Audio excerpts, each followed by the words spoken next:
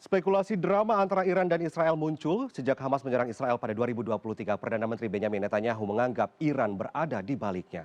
Kehadiran militer Iran di Suriah dan Lebanon yang keduanya berbatasan dengan Israel membuat Israel memiliki petunjuk bahwa Iran bermain api dengan Israel. Lalu siapa saja aktor non-negara atau non-state actor di balik perang antara Iran dan Israel? Untuk membahasnya sudah hadir di studio dosen studi hubungan internasional Universitas Budi Luhur Andrea Abdul Rahman Aski. Selamat sore Mas Andrea, apa kabar? Selamat sore. Terima kasih sudah datang ke studio kita ya. Kita ingin tanya terlebih dahulu, kalau Israel ini mengeklaim bahwa sudah memiliki petunjuk dan sudah memahami psikologi dari Iran. Jadi ketika Israel menyerang Iran satu kali, maka dipikir oleh Israel bahwa Iran akan menyerang 10 kali lipat lebih keras dari serangan Israel. Anda menyikapi atau menganalisa hal ini seperti apa situasi ini? Jadi apa yang terjadi saat ini, yang terjadi di antara Israel dengan Iran sebenarnya adalah luka lama atau dendam lama yang sudah terjadi sekian puluh tahun ke belakang. Namun dengan terjadinya operasi Rising Lion di bulan ini, maka Iran sendiri tidak akan melancarkan serangan masifnya seperti yang terjadi di awal tahun ke Israel, tapi fokusnya adalah menyerang target-target spesifik yang seperti yang dilakukan oleh Israel kepada Iran, lalu hit hard, jadi memakai rudal balistik yang memang presisi. Ya, ya. Kemarin kita sudah bahas ada negara-negara mana saja di balik Iran dan Israel, termasuk senjata yang digunakan oleh mereka. Ada spekulasi Israel punya bukti kuat bahwa perwira militer Iran menjadi mentor untuk kelompok-kelompok anti-Israel. Ada Hizbullah di Lebanon, ada Hamas di Palestina. Kita ulas dulu kemungkinan-kemungkinan. Siapa saja non-state actor yang memantik perseteruan Israel dengan Iran dan apa perannya dalam dinamika konflik Iran dan Israel? Ini kita lihat. Sementara ini adalah ada beberapa non-state actor di balik konflik Iran dan Israel ya. Mas Andrea boleh lihat di sini ada Hizbullah di Lebanon, ada PFF di Irak, Harakat Hezbollah al-Nujaba di Irak, ada Hamas di Gaza, PIJ di Gaza, AIPAC di mendukung Israel, Houthi di Yaman. Anda melihat karakteristik dari kelompok-kelompok ini, mana sih yang kemungkinan besar akan memberikan kekuatan lebih untuk membantu Iran atau Israel?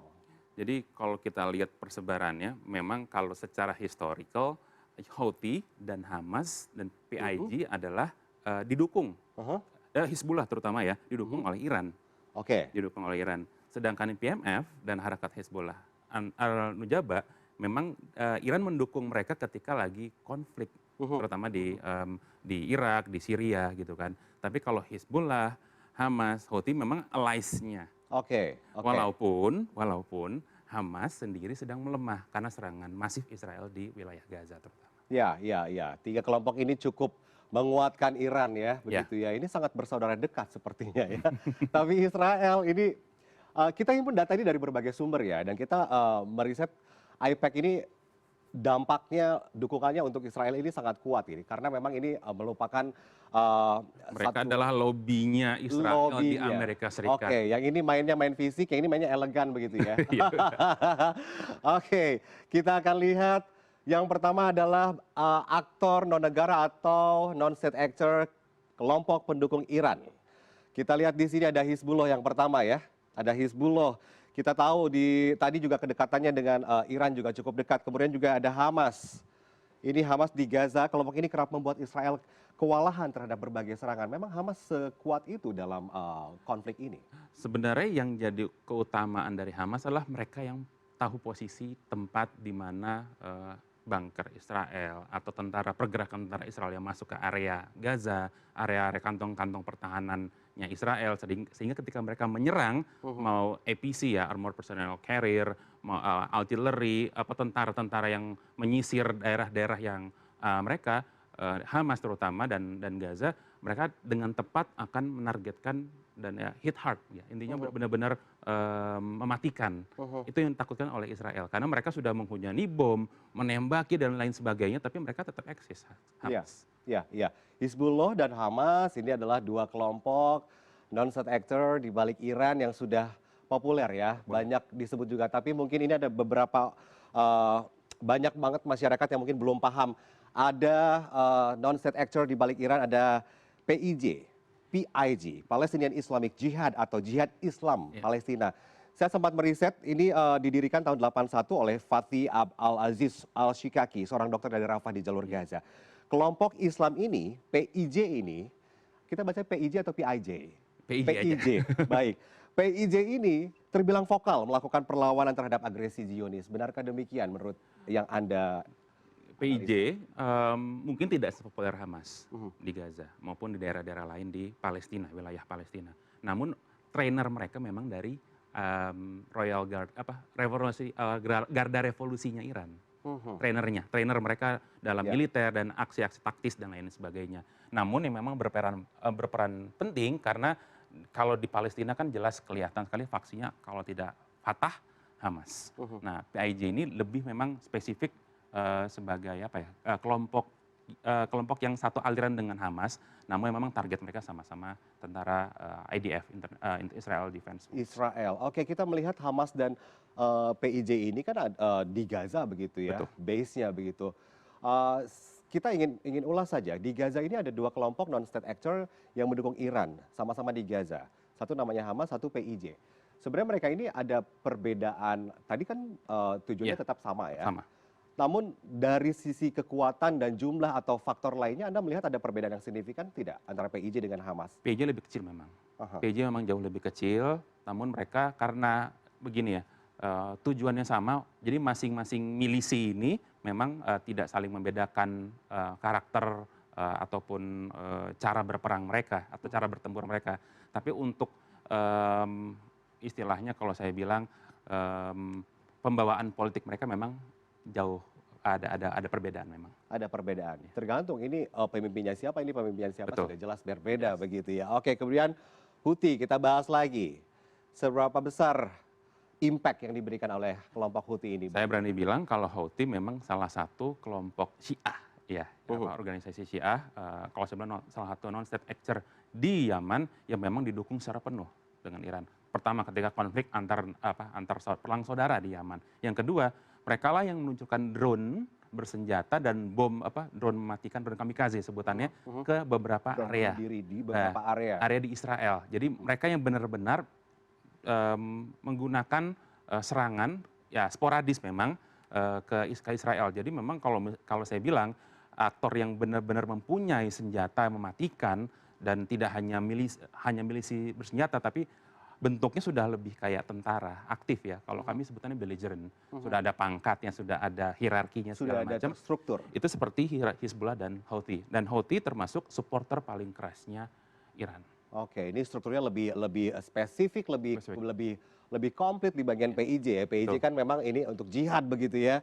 Kemudian ada PMF, ini yang saya riset, Popular Mobilization Force atau pasukan mobilisasi populer, kelompok paramiliter yang didukung Iran. Betul. Dan beroperasi di Irak begitu ya. Ini dikatakan disebutkan bekerja sama dengan IRGC Iran untuk melaksanakan instruksi Iran di Irak. Demikian. Belum ada arah ataupun informasi yang lebih jelas ke sana. Tapi memang benar PMF maupun Harakat Hezbollah An-Nujbah memang dilatih. Dan beberapa instruktur memang datang dari Garda Revolusinya Iran. Ya, yang Mas Andrea pelajari sebenarnya kelompok-kelompok ini kita bahas dulu nih ya, Harakat Hezbollah dengan PMF ini disebutkan bahwa mereka dilatih oleh militer dari Iran begitu ya. Itu mereka sudah berlangsung sejak lama atau seperti apa? Atau sejak Gaza dengan Israel ini bergejolak? Pendiriannya mungkin jauh lebih lama dibanding itu, tapi mereka benar-benar aktif terlibat ketika Amerika menyerang Irak waktu itu dan Irak ditinggal setelah pasca perang di Storm kedua, yang kedua ketika konflik Suriah. Jadi mereka memang awalnya untuk mengamankan posisi politisi pro Iran yang ada di Irak, karena waktu itu Irak kan sedang dilanda perang dengan ISIS waktu itu, makanya mereka diaktifkan. Lalu ketika ada konflik juga di Syria, mereka juga ikut membantu milisi pro Iran di sana. Ini artinya sepertinya Iran tergantung negara-negara mana yang sedang berkonflik. Tapi kita berbicara tentang Iran. Ini berarti sebenarnya set by design atau seperti apa? Iran ingin memperlihatkan bahwa militernya akan lebih kuat karena dia punya banyak sokongan dari aktor non-negara begitu. Apakah Anda melihat ini sudah dipersiapkan jauh-jauh hari, akan tahu bahwa mereka akan berkonflik dengan Israel atau seperti apa? Ya, Kalau boleh saya bilang, analisis kami bersama teman-teman rekan-rekan hubungan internasional, memang yang sering sekali berkonflik adalah Hizbullah. Ya. Ya, karena memang keributan antara Hizbullah dengan Israel memang fokusnya memang kita sampai mengirim pasukan perdamaian ke sana, sampai sekarang masih ada. Lalu Hamas dan PIJ memang mereka memang dipersiapkan untuk fokusnya menyerang di Palestina, tetap pendudukan Israel di sana. Namun Houthi sendiri berkembang ketika konflik internal antara presiden yang sudah diturunkan sama presiden yang baru yang didukung oleh Houthi. Begitu. Jadi kalau saya bilang dukungan utama Israel memang fokusnya kepada Hizbullah dan Houthi. Sedangkan kelompok-kelompok milisi yang ini, milisi maupun kelompok saya bilang mercenaries ya yang dikomandoi maupun dilatih maupun dibiayai oleh Iran sendiri, memang mereka fokusnya untuk mengambil wilayah-wilayah atau kantong-kantong yang secara politis mendukung atau punya nilai lebih di mata Iran. Kalau Anda sempat menganalisa di antara aktor-aktor non-negara ini ya, ada 6 yang tertera di sini. Tadi Houthi yang paling diwaspadai, dominan sepertinya ya. Kita bicara tentang pendanaan. Kelompok-kelompok ini bergerak pasti butuh persenjataan, butuh apa saja yang mengakomodir kegiatan mereka begitu. Ini tidak datang dari Iran atau mereka membuat persekutuan dengan negara-negara lain atau seperti apa? Kalau jelasnya ya, kalau Houthi dan Hizbullah karena mereka mayoritas Syiah. Jadi Iran tidak berpikir panjang untuk memberikan bantuan, baik dari pelatihan, baik dari persenjataan, pendanaan dan seterusnya. Ya, bahkan ketika perang terakhir pun, ketika Houthi dengan sengaja memblokade area di sebelum masuk area ke Teluk Horn of Africa misalnya, kelihatan sekali bahwa dukungan finansial dan dukungan senjata dari Iran terlihat. Oke. Ini berarti digerakkannya banyak sekali ya. Tapi kalau militer dari Iran sendiri yang saya sebut sebagai militer Iran yang dinamakan IRGC ini memang tidak terlalu cukupkah untuk mempertahankan Iran di tengah konflik dengan Israel? Ya, Iran sendiri kan punya Garda Revolusi. Itu kan IRGC, itu kan Garda Revolusinya Iran. Perintahnya langsung dari Ayatollah. Nah, sedangkan Iran sendiri juga punya tentara reguler. Nah, kenapa Garda Revolusi yang berperan penting untuk membiayai, melatih, memberi pasukan senjata? Karena memang mercusuarnya mereka. Itu salah satu mereka bahwa Iran toleran dan Iran mendukung faksi-faksi milisi-milisi yang memang secara terang-terangan meminta dukungan terhadap dari Iran maupun mendukung Iran dalam setiap kegiatan politiknya, terutama konflik dengan Israel. Anda melihat aktor-aktor non-negara ini sebagai alat propaganda atau bahkan sebagai, kita sebut saja anak buah? Atau mereka bisa berkorelasi hanya sebatas untuk bekerja sama, oke kita saling bantu ketika ada bentrok di Lebanon atau di mana kita akan saling bantu, seperti itu rupanya? Ya, ada dua hal di sini. Yang pertama adalah membantu karena kesamaan nasib, karena Iran dengan ini ingin membantu rakyat yang tertindas ataupun daerah yang diinvasi seperti di Palestina, ataupun memang menjadi proksi dari Iran terhadap perang dengan Israel. Oke, ini adalah non-state actor yang mendukung Iran. Kita akan lihat non-state actor yang mendukung Israel. Oke, kita berupaya untuk menghimpun, tapi nama yang paling besar yang muncul adalah AIPAC. AIPAC, the American Israel Public Affairs Committee. Anggotanya lebih dari 5 juta warga Amerika pro-Israel. Di setiap distrik Kongres ini bekerja keras untuk memperkuat dukungan bipartisan untuk hubungan Amerika Serikat dan Israel begitu ya. Tugas utama mereka adalah melobi kebijakan pro-Israel. Mas Andrea pernah menganalisa bagaimana cara mereka bekerja tentang lobby-lobby kebijakan ini? Iya, sebenarnya cukup banyak ya kalau rekan-rekan mungkin ataupun pendengar atau penikmat politik internasional melihat bahwa AIPAC ini memang mereka grooming politisi Amerika Serikat dari awal distrik-distrik lagi mau melakukan pemilihan. Sepertinya kita kayak pilkada ya kan, mereka sudah grooming nih mana-mana orang yang akan dipilih. Makanya di senator di Republikan maupun senator di Demokrat di Amerika Serikat itu banyak sekali memang dengan terang-terangan mendukung Israel. Wow. Jadi mereka sebut Jewish lobby in Israel. In Amerika gitu kan. Dan AIPAC itu nggak hanya AIPAC itu hanya cerminan di Amerika Serikat saja, tapi Eropa ada European lobbying sama seperti AIPAC, tapi ada European Jewish lobby, mereka juga punya seperti itu. Nah, AIPAC sendiri tidak hanya menghipun politisi, tapi menghipun public figure. Oke. You name it, kayak bisa yang aktif mendukung seperti Gal Gadot karena dia warga Uganda juga, ataupun Madonna atau Dwayne Johnson. Kita bisa lihat, oh orang-orang ini memang tidak secara langsung mendukung kampanye perang Israel dengan Iran, tapi mereka bisa saja memberikan informasi dan menggalang dukungan dari para pengikutnya, follower-followernya. Itu baru selebritis. Ya. Ada aktornya apa, ya kan? Businessman. Kita bisa lihat Jewish lobby ini tidak hanya berasal dari kalangan politis, tapi dari para businessman yang memang terang-terangan mendukung apapun dilakukan oleh Israel di bagian manapun, terutama di konflik yang sekarang ini. Maka yang kita bisa lihat yang Microsoft dukung, Sam Altman, founder ChatGPT dukung, dan beberapa businessman yang lain yang memang mempunyai. Ini bisa kita sebut sebagai NGO, AIPAC, atau berbeda? Ini hanya kelompok saja? Kita bisa lihat sebagai NGO sih sebenarnya. Lebih. Dan AIPAC adalah salah satu organisasi di Amerika Serikat yang memang saat ini menjadi sorotan bahwa mereka membuat serangkaian campaign bahwa kalau tidak mendukung Israel maka kamu disebut anti-Semit.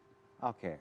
Gitu. Dan hal-hal seperti ini membuat keributan dan kericuhan tidak hanya di dunia maya maupun media sosial, tapi membuat segregasi di masyarakat Amerika Serikat sendiri. Iya, peran AIPAC ini sangat besar sekali. Ini menjadi kelompok lobi paling berpengaruh di Amerika Serikat ya kalau kita lihat ya. Karena mereka tadi menggait bisnismen juga untuk menjaring donatur untuk kegiatan mereka, begitu ya. Oke, kita melihat kalau tadi perbedaannya dengan non-state actor dari Iran, militeris, sangat militeris. Mereka sudah menyiapkan pasukan, kelompok pasukan A, pasukan B, pasukan C. Tapi ini lebih memilih untuk lobby-lobby kebijakan, kita akan sebut sebagai oke ini agak lebih berkelas caranya.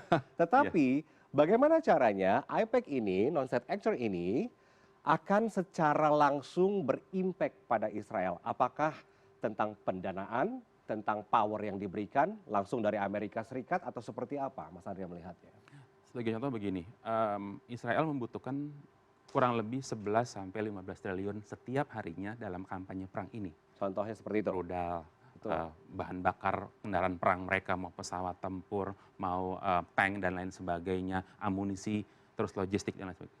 11 triliun per hari untuk kampanye perang. Dari mana uang Israel? Dari lobby AIPAC.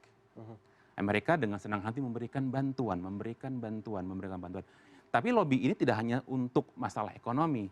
Ketika ini berlangsung, 2 hari yang lampau kita bisa lihat berita bahwa USS Nimitz, kapal induk dari fleetnya Pacific Amerika, pindah dari Pacific Fleet ke Central Fleet, ya kan, ke Central Command, ya kan. Tujuannya apa? Mengamankan Israel kalau terjadi eskalasi konflik lebih besar lagi. Wow, kita lihat dari luas wilayah Israel pasti lebih kecil dari Iran, tetapi ternyata kekuatannya semakin besar karena ini. Salah satunya. Oke, setelah AIPAC, ada yang potensial tidak menjadi non-state actor di balik Israel, menurut Mas Andrea? Ada namanya Jews Lobbying of America gitu. Nanti bisa cari. Mereka banyak namanya macam-macam, tapi memang sebutan mereka adalah Jews Lobby in the US. Tapi bukan hanya AIPAC. Jadi memang salah satu yang nomor 2 atau nomor 3 sebagai kelompok berpengaruh. Cara mereka bekerja sama? Lobby kebijakan, masuk di antara membangun jejaring dari semua sektor. Semua sektor. Wow. Oke, ini agak sedikit ini ya, elegan cara mainnya kalau saya lihat. Ini terakhir nih, dalam dialog antara Iran dengan Uni Eropa, Menteri Luar Negeri Iran ini kemarin menegaskan Iran tidak akan berhenti untuk menyerang Israel kecuali Israel berhenti dengan propaganda perangnya. Apakah menurut Mas Andrea ada non-state actor Israel lain selain AIPAC yang berpotensi menjadi propaganda perang mereka? Tadi sudah disebutkan. Lalu apakah Israel, sekarang gini, kita ingin Israel sepertinya sedang mempersiapkan balasan? Karena kemarin kan sempat calm down. Oke, calm down. Kita sudah melihat bahwa ketika Israel menyerang Iran sekali, mereka akan membalasnya 10 kali lipat begitu ya. Kira-kira alat propaganda yang akan digunakan oleh Israel itu masih ada atau tidak? Dengan cara apa dia memperlihatkan taringnya kepada Iran? Satu yang selalu ditakutkan, sebenarnya bukan ditakutkan, dikhawatirkan oleh kalangan bahwa Israel mempunyai senjata nuklir. Ya. Ya, dan tapi Israel tidak ikut NPT. Dia tidak ikut treaty untuk pembatasan senjata nuklir, sedangkan Iran ikut. Nah, hal yang lumayan yang sangat mengkhawatirkan bahwa ketika Perdana Menteri Israel akan mengatakan bahwa saya akan ratakan mereka semua, siapa pun menjadi musuh Israel. Nah, itu menjadi tendensius kalimatnya ketika orang mengetahui maksud dari Perdana Menteri Israel adalah menggunakan senjata nuklir. Dan hal ini pun dikhawatirkan akan memicu eskalasi lagi, karena Iran juga tidak sendiri. Iran walaupun Iran punya fasilitas nuklir, tapi bukan untuk dikayakan bahan bakarnya untuk bahan bakar senjata nuklir. Tapi Iran punya teman-teman yang mempunyai senjata nuklir seperti China maupun Rusia. Saya masih khawatir apakah mereka masuk kancah perang atau tidak. Sedangkan tekanan terhadap Israel, tekanan dunia internasional, Amerika dengan sekutunya memaksa Iran untuk bagaimana negosiasi. Trump masih diam, tetapi Eropa sudah masuk. Trump mau lihat 2 minggu ke depan seperti apa. Turki mau masuk. Terus Korea Utara. Korea Utara. Itu sudah jelas. Sudah jelas ya kan. Karena kami juga cukup kaget ketika Kim Jong Un berkata seperti kami akan mendukung Iran. Karena saya juga melihat bahwa hubungan Korea Utara dengan Iran cukup dekat karena beberapa teknologi rudal balistik Iran itu pindah ke Korea Utara. Selain itu ada sesuatu juga yang kepentingan yang mereka punya kepentingan yang sama seperti ya entah dalam perdagangan, industri dan segalanya. Begitu ya. Terima kasih banyak Mas Andrea. Sama-sama. Dosen Studi Hubungan Internasional Universitas Budi Luhur. Selamat kembali melanjutkan kegiatan. Terima kasih sudah bergabung bersama kami di CNN Indonesia.